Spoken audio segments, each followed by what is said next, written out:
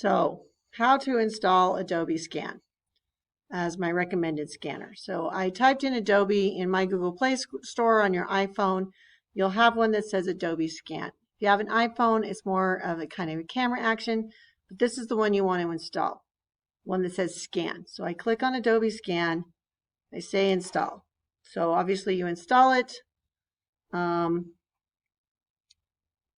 going to be a minute, I think.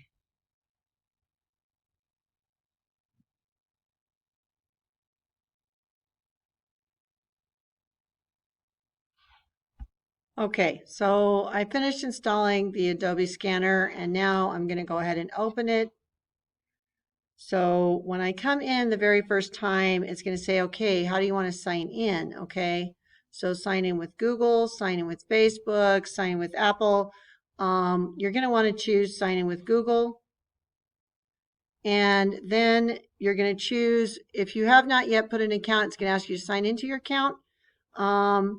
But what you want to choose is your Jordan School District account. Most likely it will probably be the best for you to use for the Adobe Scan because you're using it to submit documents to Canvas. So I'm choosing my account and then it'll say, hey, let's go.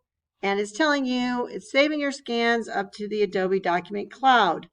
So in order to use this, you've got to access your camera. So make sure you allow it to access your camera because that's how it creates a scan. Okay.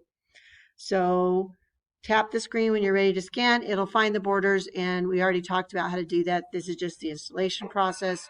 Once you've installed it, you should be good to go.